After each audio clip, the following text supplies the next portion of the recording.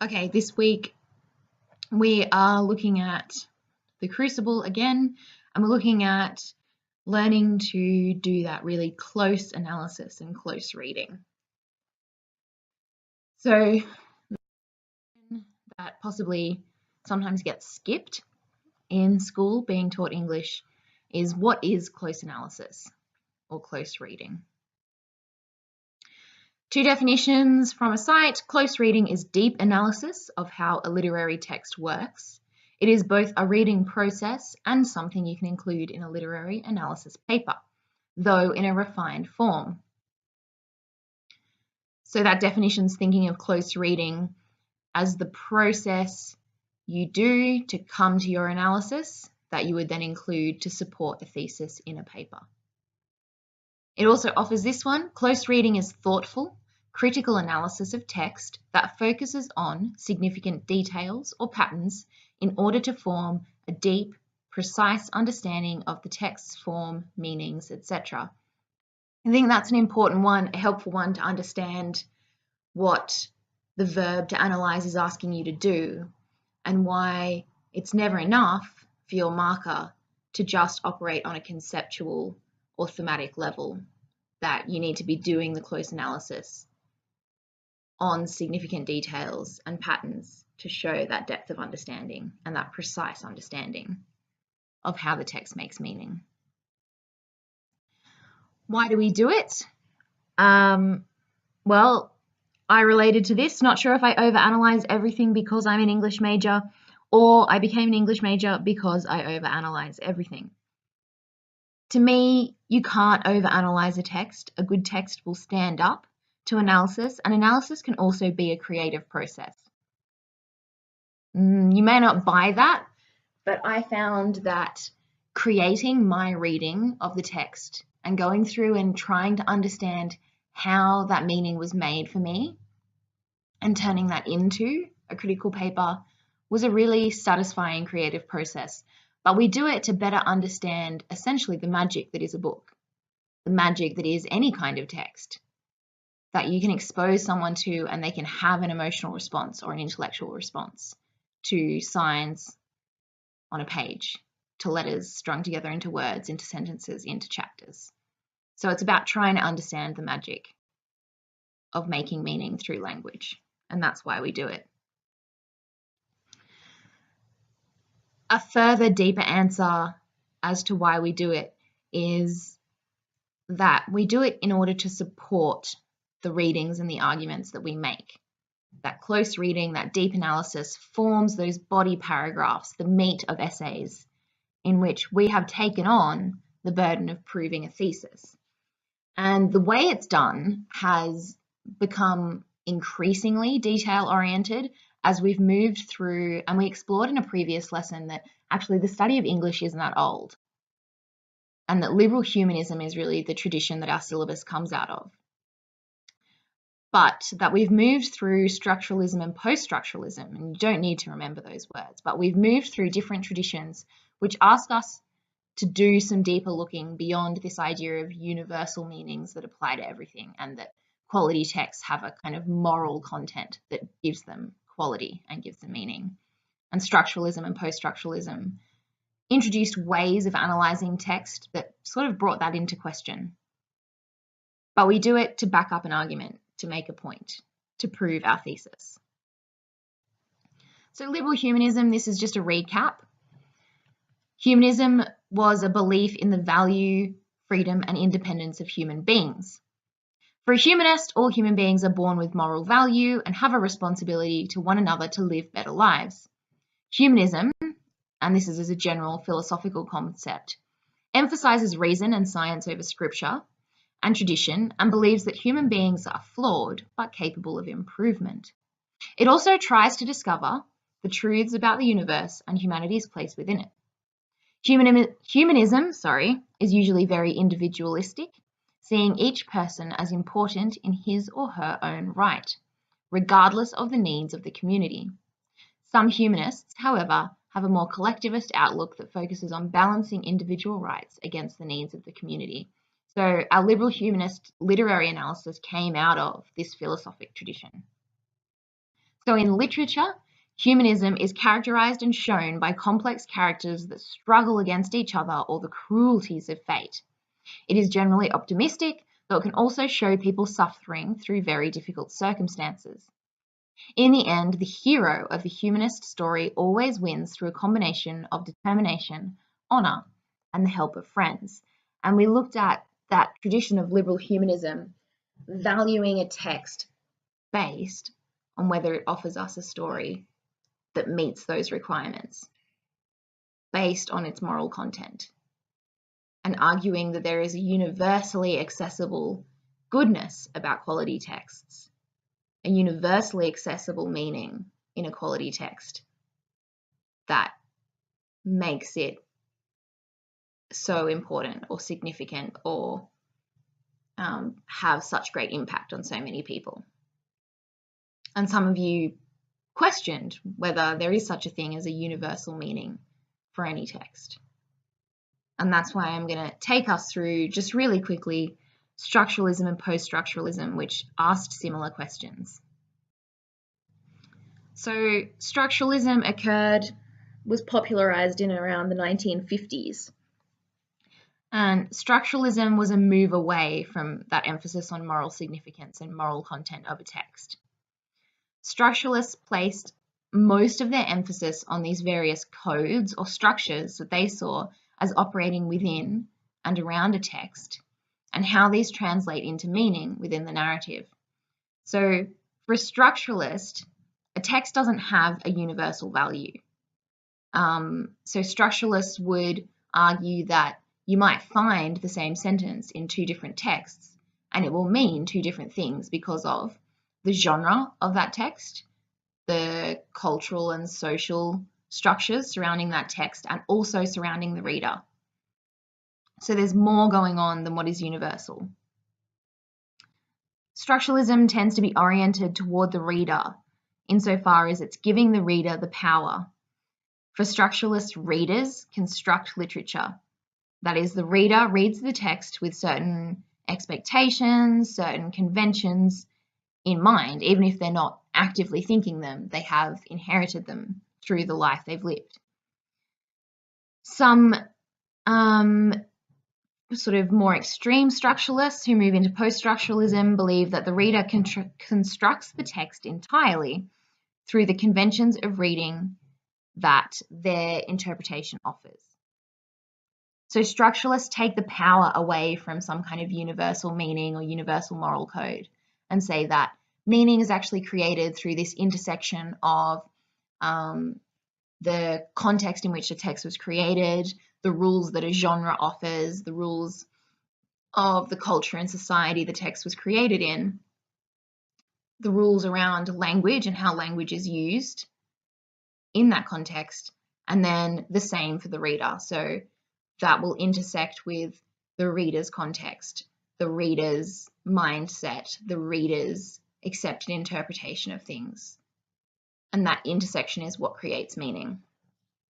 So when a structuralist goes to look at a text, they look for specific things. They look for parallels, echoes, repetitions, contrasts, and patterns in the structure, plot, character, situational circumstance, and language and imagery. So they go through a process of looking at all the different structures surrounding the text and looking for the patterns in them and the parallels in order to make that meaning. So they might look at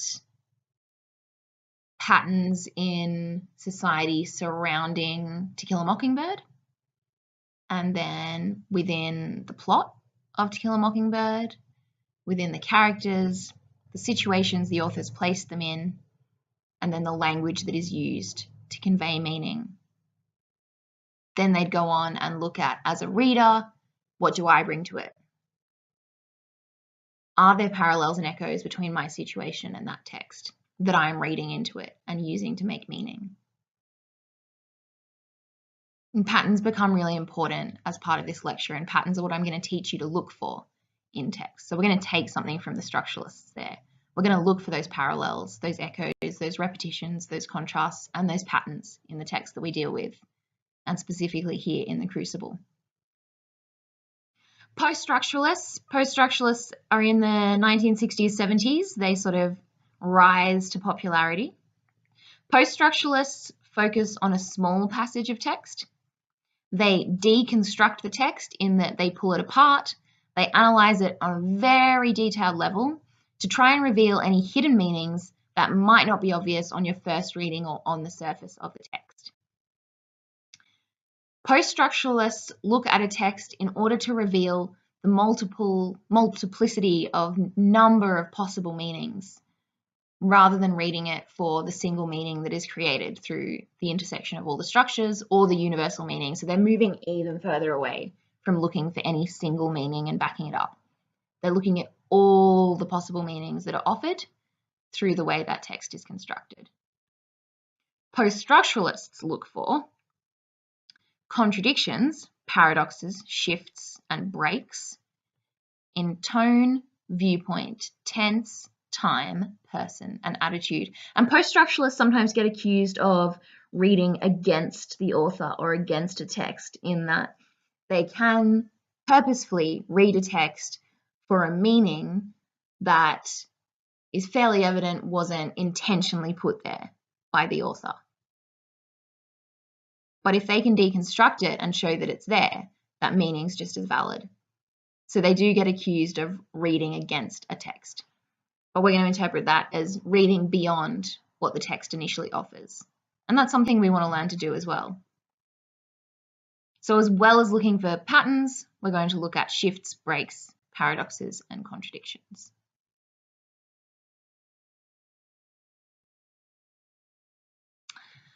Your post-structuralist, finally, will also look for things that aren't there. So they'll look for absences and omissions and things that are purposefully left out or not said, but that are within the realm of the world of the text and the world of the reader. They're kind of in the peripheral vision of the text and the reader. They look for linguistic anomalies, so things that stand out, things that break patterns.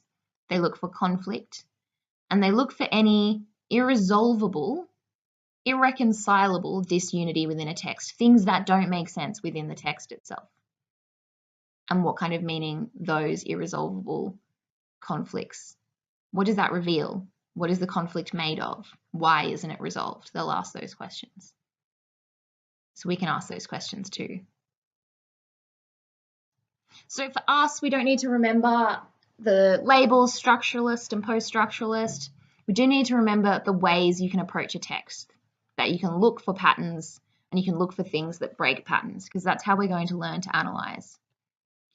For us, the takeaway is that close reading is about looking at patterns in text. We need to look at both the way language is used to create and sustain patterns and at the way language disrupts patterns in order to offer meaning to the reader. That's us. So how is our meaning built out of patterns that are created and sustained and purposeful disruptions in those patterns? How does that make a world of text for us and a world of meaning?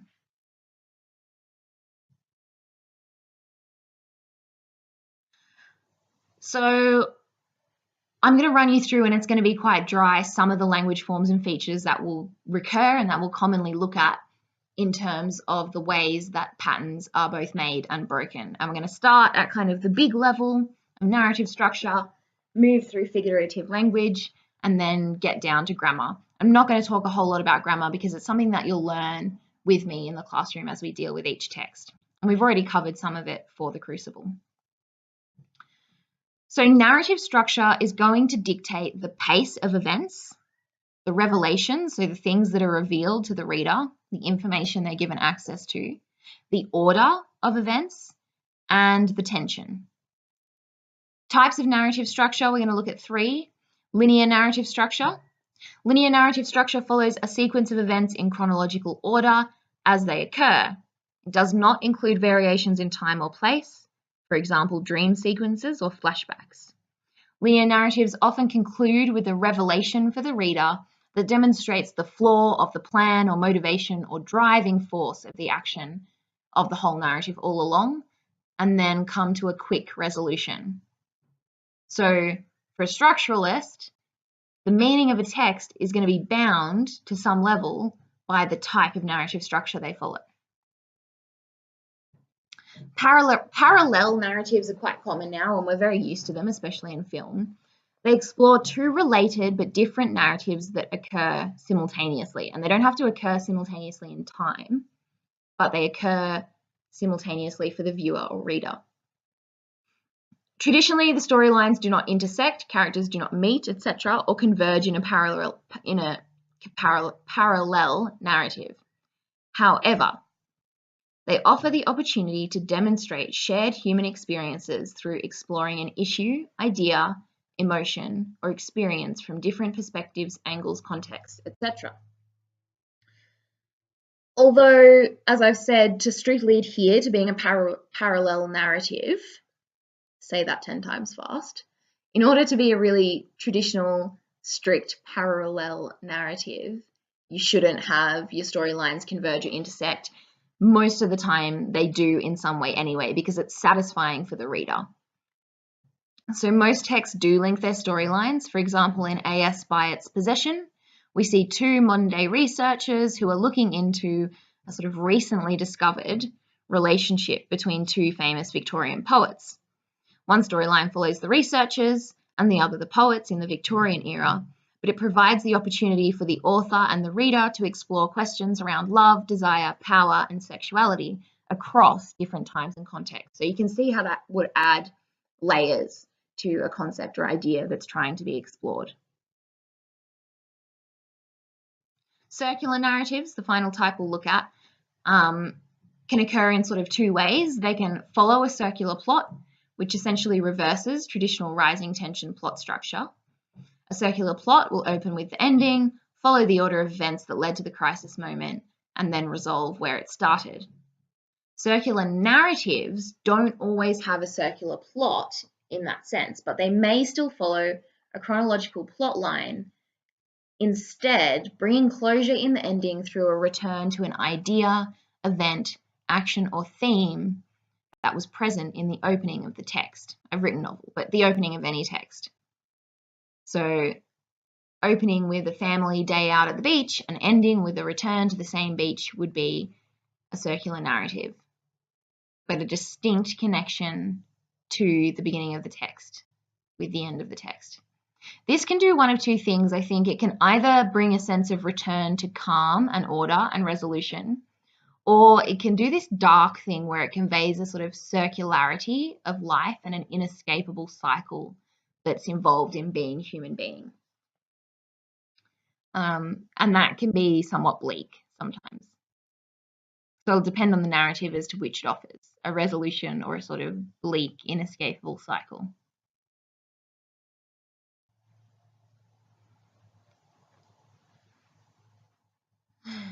So, figurative techniques. Allegory. We know a lot about allegory because we've been studying the Crucible, but I'll refresh your minds for you. Allegories offer two meanings: the surface meaning of a story or text and the hidden meaning.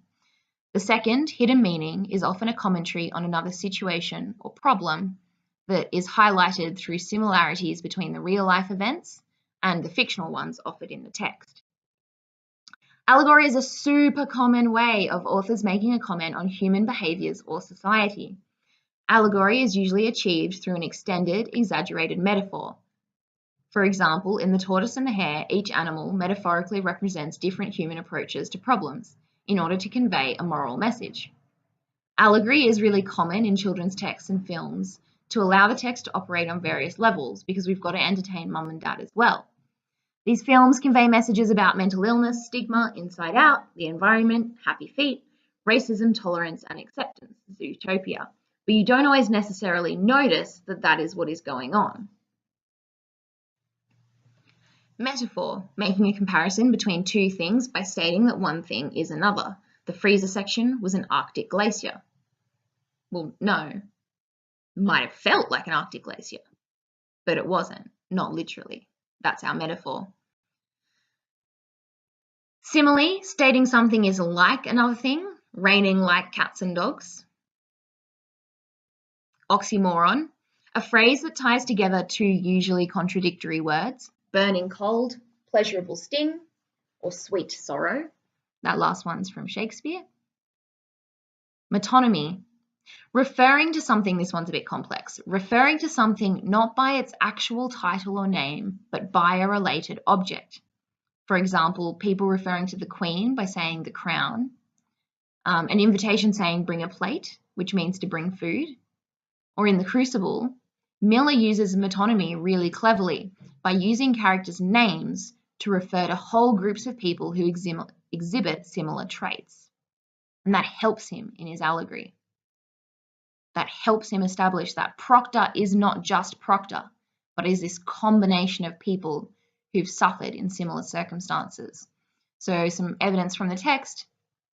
We have an authorial intrusion that says, in Proctor's presence, a fool felt his foolishness, and a Proctor is always marked a calumny, therefore. And then we have Abigail, who whinges that some old Rebecca called me loose. And she's not saying that Rebecca Nurse called her loose, but someone with moral high ground and gentleness, like Rebecca, called her loose. So Rebecca Nurse comes to stand in for a whole group of people with similar traits to her. So that's quite a clever use of this technique in the Crucible that recurs throughout. Then we have synecdoche, ooh, fun word, the use of a part of something to refer to the actual whole. And these are two techniques that I used to often get confused, and it's really just practice. I know I say that all the time.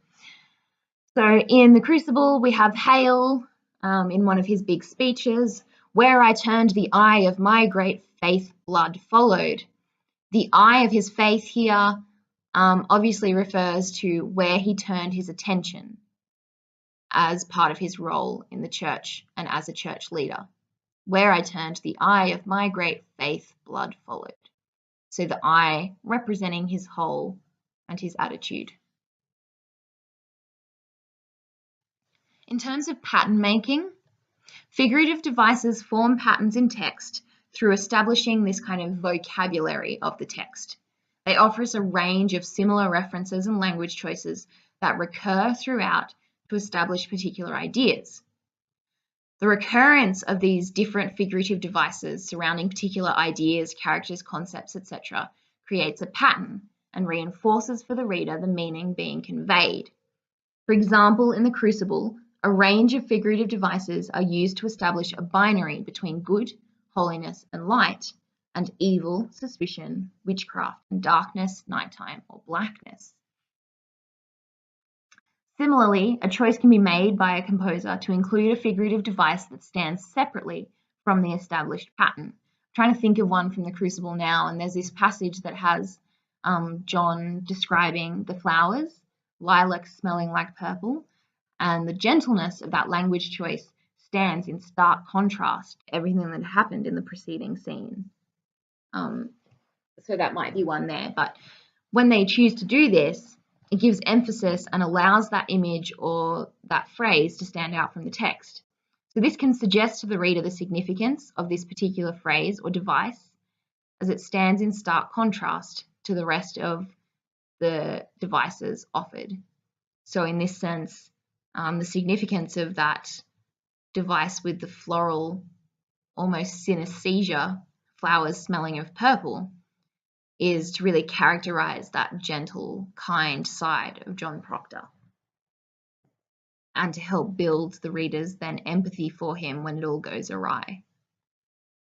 So you can look for the recurrence of similar devices with similar effect and devices that break that pattern in terms of meaning making.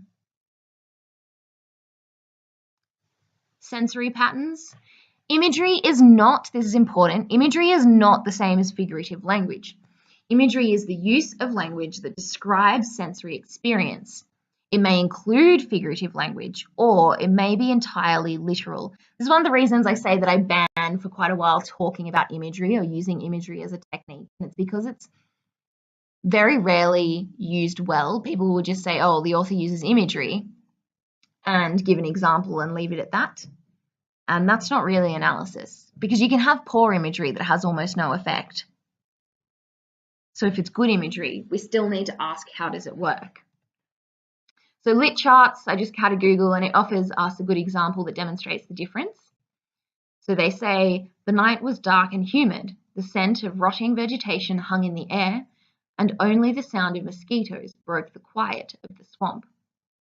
So that's rich and vivid imagery, and it's imagery that uses both tactile senses, so humidity, the scent, so smell, and sound. So it combines 3 different senses to really wrap the reader in the sense of that moment.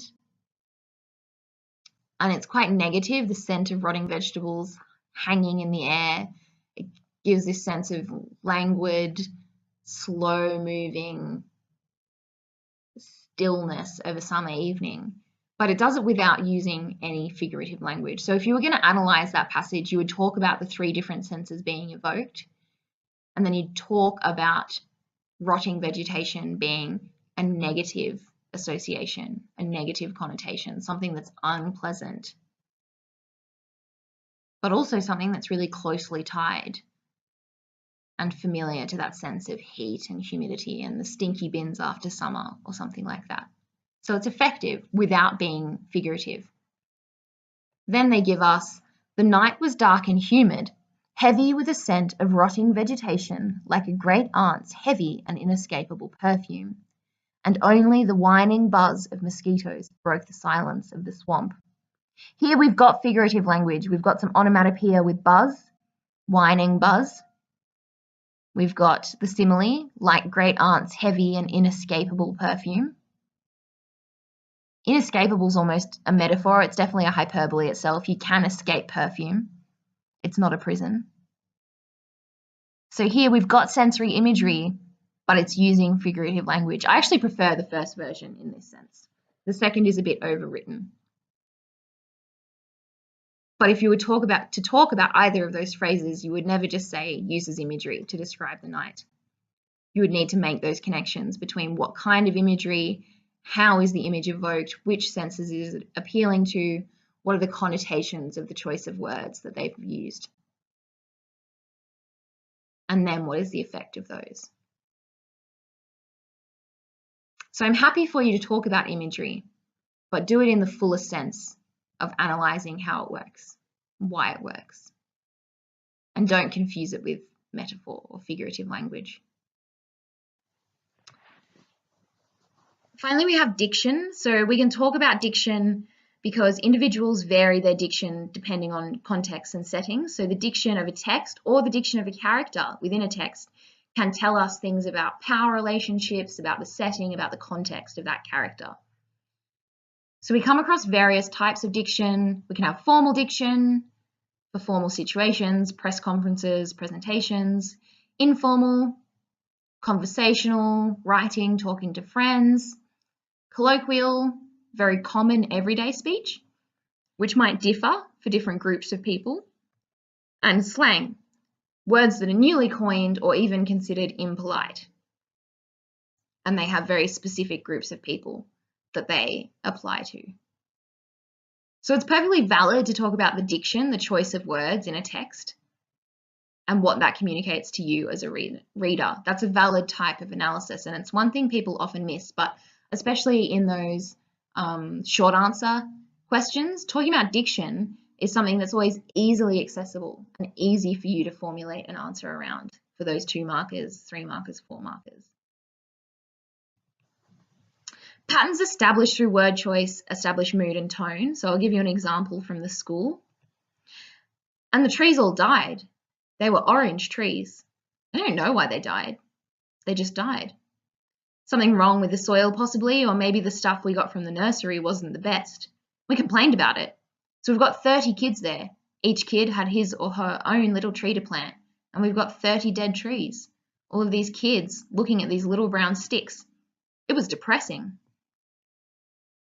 So here we've got colloquial diction. It's got a conversational tone that almost mimics the recount style of storytelling that a young child would use, which is appropriate given the title, the school, and the setting. The use of words died, dead, brown sticks, and depressing establishes a gloomy tone.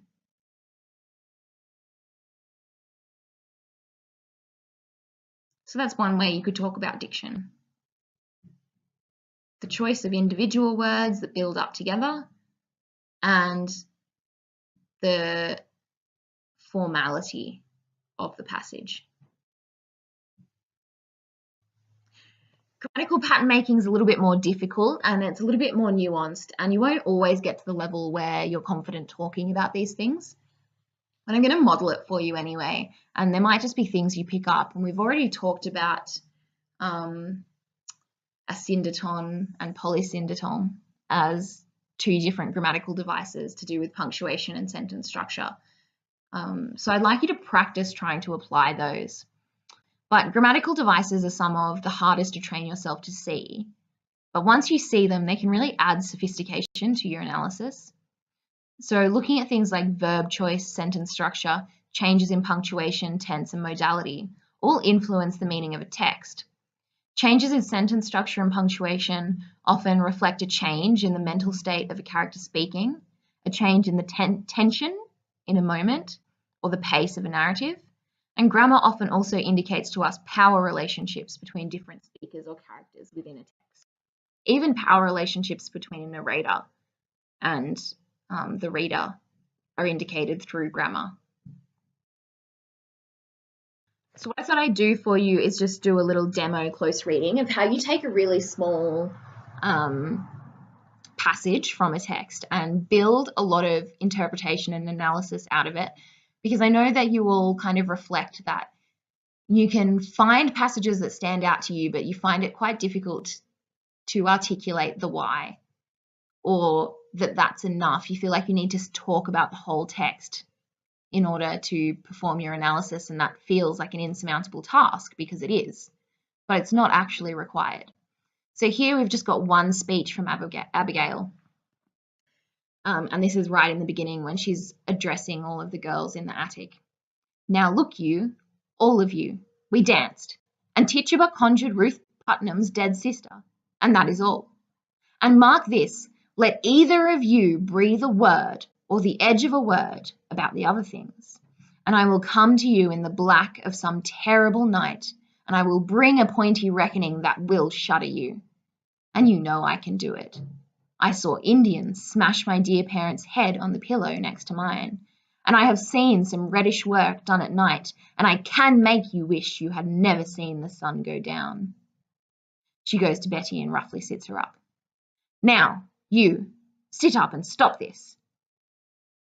So if you're watching this, I'd like you to pause it now and just note for yourself all of the things that you notice. You can go back through the techniques on the PowerPoint, but all of the things that you notice about this passage and what they reveal to you. And then once you've done that, you can go over to the next slide and I'll read through my analysis for you, which once I started writing just kept coming. But the way I started my approach with this was to look at what I noticed in terms of technique and find essentially 3 different things that were going on technically in this passage and think about what meaning did they create for me. And I've indicated the 3 different things for myself with the italics and the underline and the bolding. So you could do something similar in terms of just what is going on and then, well, what is the effect? What does that mean? I'll read it again. Now look you, all of you, we danced, and Tituba conjured Ruth Putnam's dead sisters, and that is all. And mark this, let either of you breathe a word, or the edge of a word, about the other things, and I will come to you in the black of some terrible night, and I will bring a pointy reckoning that will shudder you. And you know I can do it. I saw Indians smash my dear parents' heads on the pillow next to mine, and I have seen some reddish work done at night, and I can make you wish you had never seen the sun go down. She goes to Betty and roughly sits her up. Now you, sit up and stop this. So Abigail's power over the other girls is established in this speech through the recurrent use of imperatives, high modality verb choice, and the use of the connotations of night and blackness with evil, violence, threat, and fear that pervade the speech. Abigail directs this speech to the other girls who were present in the forest. The forest scene was omitted from the play, but this suggests that more than dancing and conjuring occurred through the line "the other things." What these other things were is left to audience imagination, provoking a sense of mystery and fear. Abigail's power over the other girls and her confidence in her power is evident in the repeated use of imperative mood. In a short speech, she says, "Now look you, mark this, and sit up and stop this." All these are commands given by Abigail to the other girls. The imperative mood establishes Abigail's dominance and influence over the other girls, as it is clear she is demanding actions of the girls, not requesting or discussing them. However, a tension exists between the confidence of Abigail's demands and her need to back them up with threats. "I will come to you in the black of some terrible night, and I will bring you a pointy reckoning, and you know I can do it." Here, the modal verb will is repeated 3 times and can repeated twice. These verbs indicate Abigail's certainty in her potential to punish and terrify the other girls. However, her need to use such threatening language, with specific reference to her personal experience of brutal violence, indicates her own insecurity and fear about the situation she has found herself in. Abigail uses the phrase "black of some terrible night" as part of her intimidation of the other girls. This phrase is significant in aligning Abigail with the exotic evils of the witchcraft that is suggested to have occurred in the forest. Throughout the play, blackness, associated with both the exotic, through the association with Tituba, and evil, the association with witchcraft, is juxtaposed with lightness and purity. Abigail's threat portrays her to be on the side of darkness, foreshadowing the paradox that occurs when she begins to condemn others falsely for evil and witchcraft. For the girls in this scene, Abigail's use of strong language and violent, threatening imagery is effective in establishing her dominance over them. Yet, for the audience, who were privy to her previous vulnerability at the hands of her uncle, it also conveys her rising fear and insecurity as a young woman on the lowest rung of the social ladder, whose reputation, name, and potentially life are at stake. So that's my example of how you take a small passage of text, you look at what's happening, you find 2 or 3 techniques, 2 or 3 things that the language is doing, and you build your interpretation around that, around what that actually reveals to you. And here I've tried to do a combination of looking at patterns, so the patterns with the imperatives within that passage, the patterns with the modal verbs, and the pattern throughout the text of the black and the night, and the purity and the light. But then I've also looked at what is revealed on a closer reading through an interruption to that pattern, that the pattern seems almost too forced, and that actually we already have a sense that maybe the strong language that she uses isn't through her certainty of her own power, but comes from a place of fear and insecurity, rather than cunning and evil. So that's my interpretation of that small passage. So my challenge to you now is to just choose a passage that stands out to you. I think sometimes people go through a text and they hunt for examples of techniques. The better way to do it is to hunt for a section that stands out to you. Choose a passage, can be dialogue or can be a small speech like that, and annotate it for everything you find that is technically going on, and then create your own short example of some close analysis like I've done here. And then we'll share those. So that's your activity. That's my challenge for you. And choosing different sections each, please. And I can't wait to read them. Thank you.